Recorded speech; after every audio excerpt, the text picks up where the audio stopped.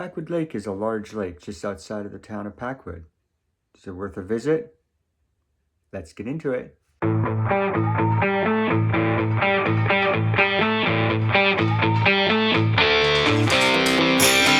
So Packwood Lake is a large lake within the Gifford-Pinchot National Forest. It's just outside of the town of Packwood, located on Highway 12. So Packwood Lake was actually formed about 1,000 years ago from a large landslide off of Snyder Mountain that slid off the mountain and blocked Lake Creek, and which formed Packwood Lake. So to get to the trailhead, you have to drive Highway 12 to Packwood. From there, if you go to the northeast side of town, you turn on Snyder Road, which is also known as Forest Road 1260. You follow this road up for about 5 miles until you get to the trailhead. So what does this trail look like? Well, it's actually not a fairly difficult trail. The trail is about 7.6 miles with a total elevation gain of just under 1,100 feet. Now for this review, I'm doing a total loop trail, which goes up the Packwood Lake Trail till you get to Packwood and comes back on the Pipeline Road. Typically, this lake is open from spring to fall, depending on the road closure. If the Forest Service closes down Forest Road 1260. Double check that before you go. It closes in the winter time due to snow, so look into that. And so there's two parking lots here. There's one actually for the Pipeline Road, and it's just below from the actual trailhead to the Packwood Lake Trail. So from here, you take the Packwood Lake Trail. And the trail starts here and climbs moderately through the forest. After you've climbed moderately for about a mile and a half, the trail levels off and continues on through the forest. From here, it basically is fairly flat or descends very slightly downhill. So once when you've climbed the first mile and a half through the forest, you've reached the hardest part. It's all downhill from here. But you do get the occasional views up Snyder Mountain as you're walking through. So just before you get to the lake, the trail starts to descend a little bit more steeply as you work your way down to the lake.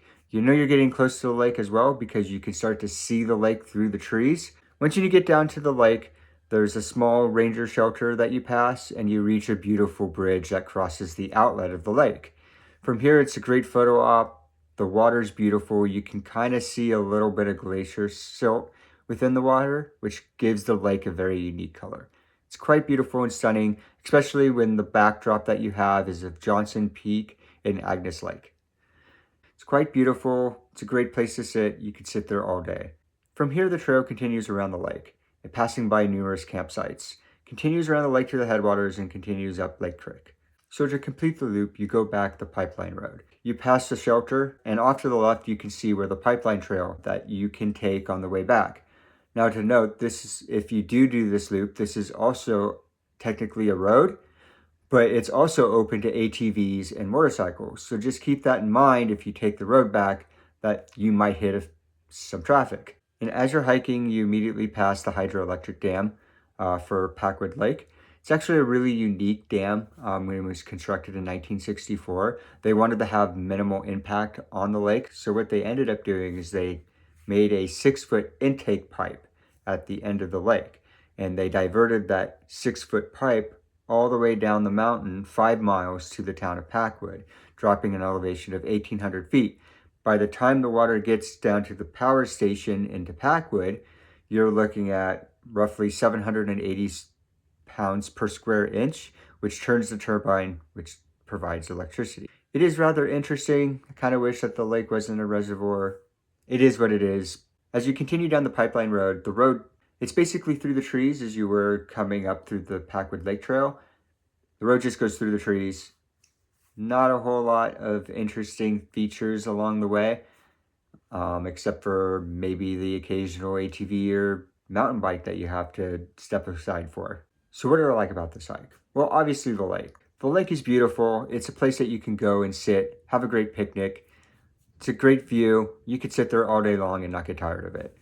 I also like the color of the lake, which is also unique because it has that very limited amount of glacier silt in it, which gives it a unique color. It's beautiful by the bridge, offers great photo opportunities. I do kind of wish that the lake wasn't a reservoir, but thankfully that you really don't see a whole lot of that impact from the reservoir, like with the water levels going up and down. It remains a pretty consistent water level, which is nice. With that being said, the hike in is pretty uneventful. You're just basically walking through the woods for several miles. There's really no viewpoints. There's not really any interesting stream crossings or anything of that nature. But you guys, the lake is beautiful. It's well worth the time to go in, especially for a day hike. That's why this lake is a bucket list hike. Honestly, you guys, if you guys are looking for a really good first backpacking trip or to introduce little ones into backpacking or hiking for the first time, this is a perfect place to do that. And there's a lot of really, really good campsites that are located right on the lake as you're going around the trail. Oh, and they're timber tigers. We saw them. They're there. Beware. Let me know if you've done Packwood Lake and what you thought of it, and if you would also recommend it to other people. Just let me know in the comments, and if you like this video, please hit subscribe, and we'll see you in the next one.